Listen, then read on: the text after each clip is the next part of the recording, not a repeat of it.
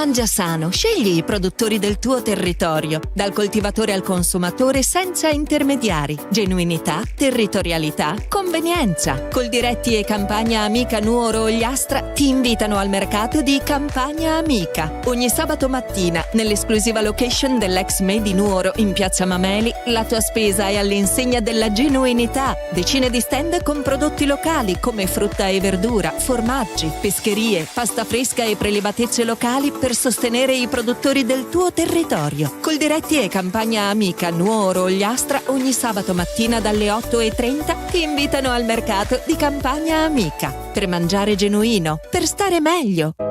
Ogni volta che entro qui so che ci sei, sempre al mio fianco. Sono pronto a sostenerti in tutti i reparti, corsia dopo corsia. Dagli alimentari al sushi sul momento, passando per macelleria e pescheria. Insieme sposiamo solo la qualità. E se non hai voglia di cucinare, scopri la freschezza del reparto gastronomia. Delizie pronte da gustare, buone come fatte in casa. Vivi la tua spesa con amore all'Eurospar Tortolì. In offerta tonno extra gusto Mare Blu 6 per 80 grammi a 3,99 €. Latte UHT parzialmente scremato Podda 4 per 1 litro a 3,49 €. Biscotti Balocco, fagottini o gocciolotti 700 grammi a 2,29 €. Olio Evo Dante Terre Antiche 750 ml a 4,59 €. Eurospar, via Bertolotto 2, Tortolì. Tutti i giorni, orario continuato dalle 8:30 alle 20:30.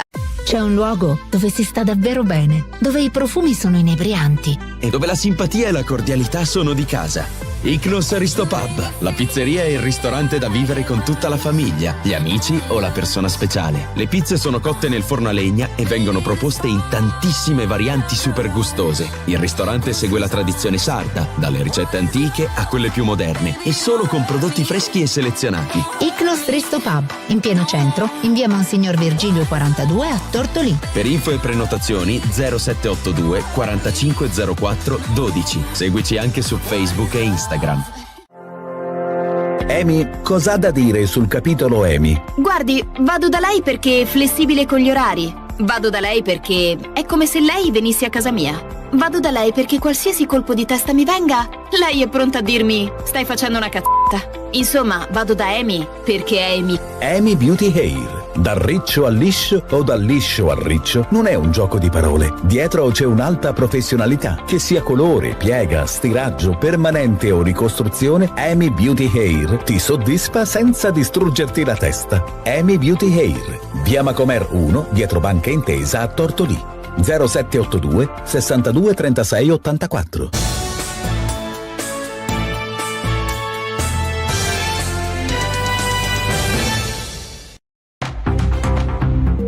Buongiorno a tutti e a tutte da Federica Melis, ben trovate il secondo appuntamento della mattina con Stella Dice Che, questa volta con il notiziario e le news dall'Ogliastra. Partiamo da Tortolì perché è nato ufficialmente a Tortolì il coordinamento internazionale delle terre della longevità.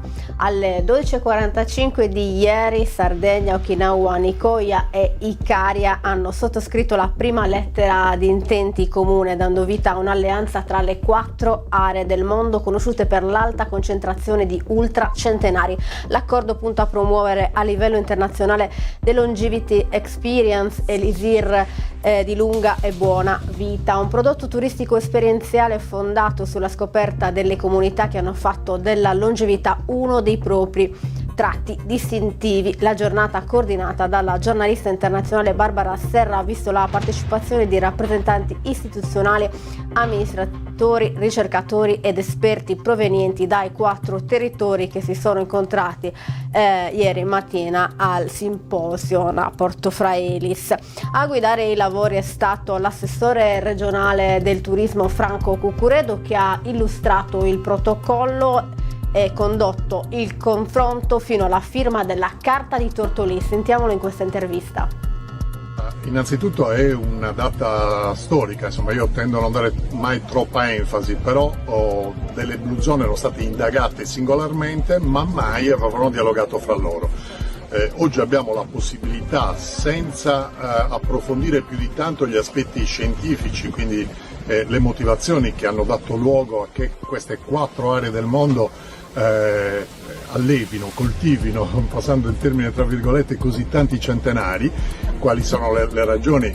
Sono sicuramente diverse, però in comune hanno il fatto di essere realtà abbastanza isolate, quindi sicuramente la genetica conta, ma conta l'attività fisica, lo stile di vita, il paesaggio, il rapporto col paesaggio e così via. Perché è importante oggi? Perché le 4 aree si mettono assieme per creare un prodotto turistico globale.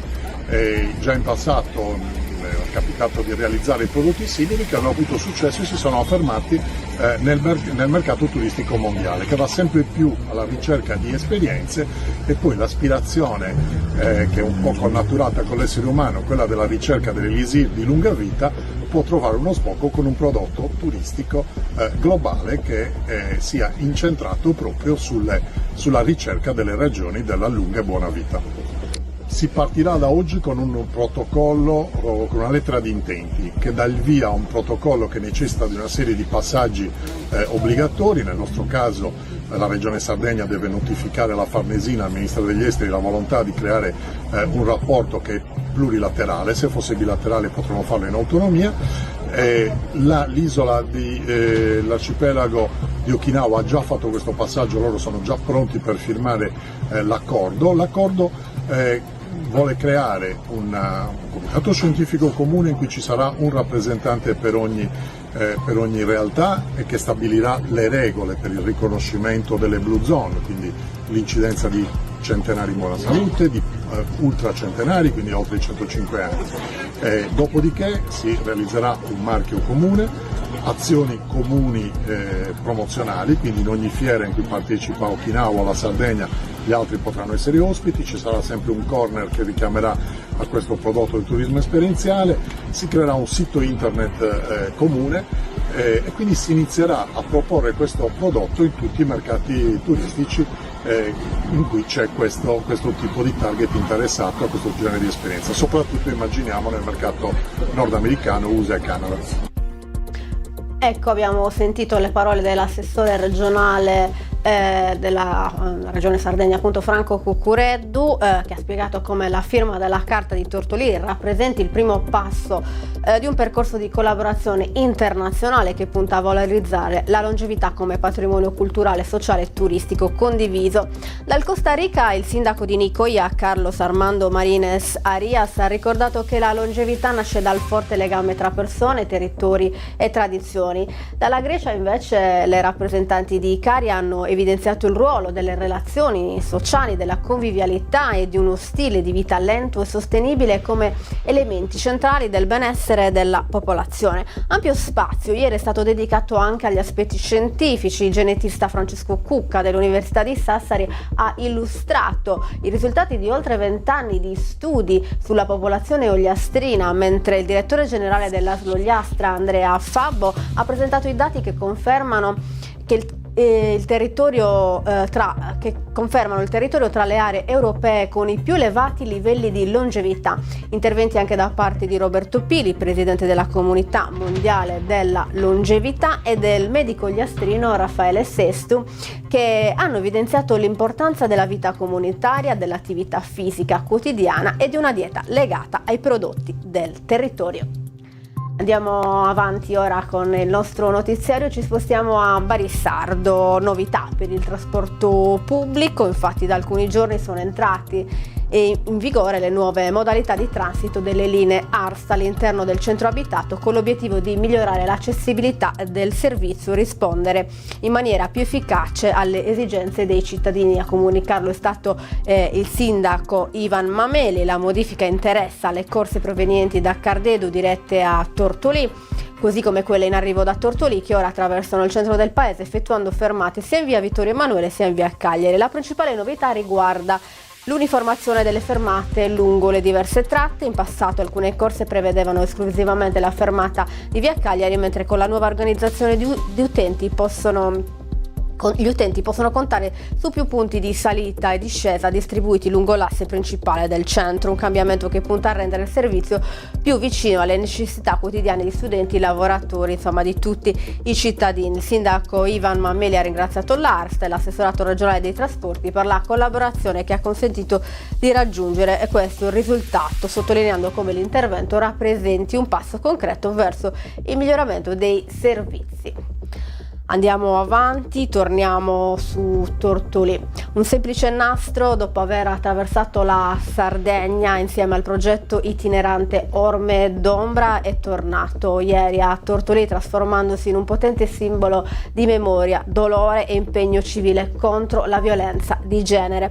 Protagoniste dell'incontro sono state Paola Piras, la mamma di Mirko Farci, il giovane ucciso brutalmente nel 2021 mentre cercava di difendere la mamma dalla violenza brutale dell'ex compagno, e poi c'erano anche Pinuccia Lai, madre di Carlotta e Daniela, vittime di uno dei più tragici episodi di violenza avvenuti nell'isola, e Rosalba Castelli, presidente dell'associazione Artemisia e promotrice del progetto Orme d'Ombra. Al centro della cerimonia la restituzione di un nastro ricamato con il nome di Mirko Farci, che negli ultimi mesi ha accompagnato l'iniziativa di sensibilizzazione in scuole, comunità e luoghi simbolo della Sardegna. Un oggetto semplice ma carico di significato che ha percorso centinaia di chilometri, portando con sé un messaggio di consapevolezza e contrasto alla violenza. Avevo portato questo nastro con me per centinaia di chilometri, custodendolo nello zaino attraverso sentieri, scuole, incontri e comunità, ha raccontato Rosalba Castelli. Oggi quel cammino ha trovato una delle sue destinazioni più profonde. Particolarmente toccante il momento della consegna. La mamma Paola Piras, tra commozione e abbracci, la madre di Mirko ha stretto tra le mani il nastro pronunciando una frase che ha segnato l'incontro: ora Mirko torna dalla mamma. Parole che hanno racchiuso il significato più profondo dell'iniziativa: mantenere viva la memoria delle vittime e trasformare il dolore in un impegno concreto affinché tragedie simili non si ripetano. L'incontro di Tortolì si inserisce nel percorso di sensibilizzazione promosso da Orme d'Ombra, progetto che attraverso testimonianze, incontri pubblici e attività educative continua a richiamare l'attenzione sul tema della violenza di genere e sulla necessità di costruire una cultura fondata sul rispetto. Andiamo avanti, ora ci spostiamo a Baunei, perché questo fine settimana Baunei torna indietro nel tempo e rivive l'antico matrimonio baunese con Sagoua. 2 giorni all'insegna della tradizione, della cultura e dei sapori identitari, il 6 e 7 giugno, quindi sabato e domenica. Il centro storico di Baunei ospita una nuova edizione di Sagoua Baunesa, la manifestazione che rievoca gli antichi riti del matrimonio tradizionale del paese, che ogni anno richiama visitatori appassionati. Per l'intero fine settimana le vie del centro si animeranno con percorsi enogastronomici, laboratori artigianali, dimostrazioni delle antiche lavorazioni e momenti dedicati alla musica e alla cultura. I visitatori potranno degustare piatti e dolci tipici della tradizione baunese, visitare le caratteristiche case antiche e assistere alla preparazione di prodotti simbolo della gastronomia locale come il culurgiones e il formaggio del pastore. La manifestazione prenderà il via oggi con la presentazione del libro Pinguli Pinguli, raccolta di filastrocche e tradizioni baunesi curata dalla scuola dell'infanzia. Sabato invece spazio ai preparativi de Sagoua con l'apertura delle case tradizionali e la rievocazione di antiche attività della vita quotidiana, tra cui Salissia, il tradizionale lavaggio dei panni presso l'antico lavatoio di Usuono. Nel pomeriggio entreranno nel vivo le fasi del matrimonio baunese con Sumumundongiu, il corteo delle donne che trasportano il corredo nuziale, la consegna delle tradizionali corbes agli sposi, su Pletongiu, l'antica trattativa in chiave ironica tra le famiglie per sancire il consenso alle nozze. Poi ancora domenica, giornata di festa, dopo una nuova apertura del percorso delle arti e dei sapori. Nel tardo pomeriggio il corteo nuziale attraverserà il centro storico accompagnato dai gruppi folk di Santa Sofia di Tertenia e di Urzulei. Il corteo raggiungerà la chiesa per la rievocazione del matrimonio tradizionale prima del momento conviviale del Sinvitu con brindisi e degustazione dei dolci tipici delle nozze. A chiudere la manifestazione la rappresentazione teatrale S'apparecchio a Murgas, curata dal coro di su Circannueu. Insomma, veramente un weekend molto ricco quello che andrà in scena sabato e domenica a Baunei. Chiudiamo ora con lo sport. Grande successo per l'associazione sportiva dilettantistica Kinesi Scam ai campionati nazionali Libertas di ginnastica artistica che si sono tenuti a Pesaro. La società ogliastrina torna dalla competizione con importanti risultati e numerose medaglie, confermando il valore del lavoro svolto in palestra. Alla manifestazione hanno partecipato 27 ginnaste della Kinesis, tutte protagoniste di ottime prestazioni. Tra i risultati più prestigiosi spicca quello di Jacqueline Moretti, che nella categoria junior ha conquistato la medaglia d'argento nell'all around,